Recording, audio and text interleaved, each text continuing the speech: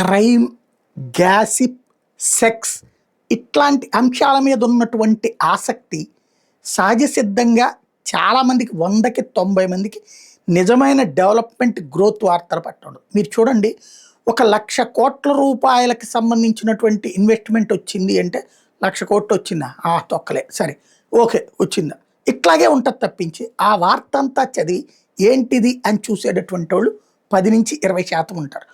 ఆ పక్కనే Sunny Leone so బట్టల గురించి గొడవ పడిందంటే దాన్ని మాత్రం సమగ్రంగా చదువుతారు.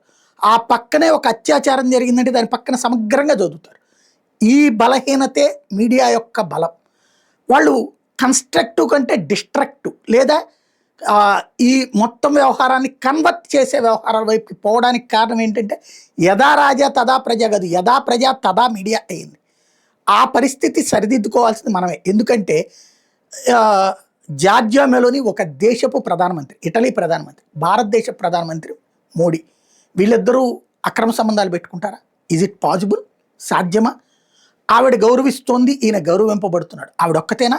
ప్రపంచంలోని అనేక దేశాల అధినేతలు ఆయన అపారంగా గౌరవిస్తారే, ఆప్యాయంగా కౌగిలించుకుంటారే. వాళ్ళు మగాళ్ళు కాబట్టి ఏం లేదు, ఈమె ఆడది కాబట్టి ఇది.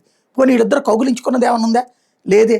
దగ్గరుండి కొంచెం మాట్లాడితే చాలు. మనకి ఆడదానిలో కనబడేటటువంటిది ఏంటయ్యా అంటే సెక్సు, లేకపోతే దాని అందం అన్నటువంటిది తప్పించి, ఆ తరహా ప్రచారం తప్పించి ఆమె యొక్క తెలివితేటలు, ఆ దేశ ప్రధానమంత్రి కావడానికి ఆవిడ పడిన కష్టం, ఇవాళకి కూడా బాధ్యతాయుతంగా ఆవిడ ఆ దేశ ప్రయోజనాల కోసం చూస్తున్న తీరు కనిపించదు.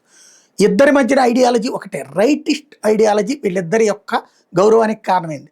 పెద్దల్ని గౌరవించే ఆవిడ తత్వం, అదే సందర్భంలో ప్రతిభని గౌరవించే ఆవిడ తత్వం, ఆ ప్రతిభని అంగీకరించి ఆమోదించేటటువంటి మోడీ తత్వం. ఒక చాక్లెట్, మెలోడీ అనే చాక్లెట్ గురించి జరిగిన ప్రచారం, మీడియా చేసిన అతి ప్రచారం, లేదంటే దానికి అటు పక్కన చేస్తున్నటువంటి ప్రచారం నెగిటివ్గా. బట్ అసలైనటువంటి వార్త మాత్రం పక్కకి వెళ్ళిపోయింది, చచ్చిపోయింది అని చెప్పాలా. వాస్తవంగా డచ్ ప్రభుత్వంతో కుదుర్చుకున్నటువంటి లిథియోగ్రఫీ మిషన్స్కి సంబంధించినటువంటి ఒప్పందం, లిథియోగ్రఫీ మిషన్స్ అన్నటువంటిది ఆషామాషి వ్యవహారం కాదు. ప్రస్తుతం చైనా సెమీ కండక్టర్ చిప్స్ మీద డామినేట్ చేస్తున్నటువంటి సందర్భంలో కావాలనినే ఆయా దేశాలకి, నార్వే కానీ ఇటలీ కానీ ఆయా దేశాలకి టూర్లకు వెళ్ళింది.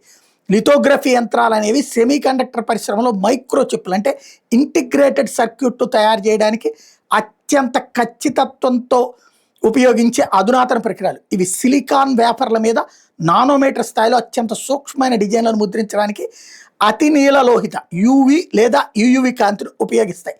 యంత్రాలు ఇవి స్టెన్సిల్ లేదా మాస్క్ గుండా కాంతిని ప్రసరింపజేసి వేఫర్ మీద ఉన్న ప్రత్యేక రసాయనం మీద ఫోటో రెసిస్ట్ కావాల్సిన సర్క్యూట్ నమూనాలను ముద్రిస్తాయి. యంత్రాలతో వాడే ఆప్టికల్ లైన్సులు, అద్దాలు నానోమీటర్ స్థాయిలో నమూనాలు కుదించి లక్షలాది ట్రాన్సిస్టర్లను అతి చిన్న చిప్పుల్లో అమర్చడానికి సహాయపడేటటువంటివి అన్నమాట ఇవి.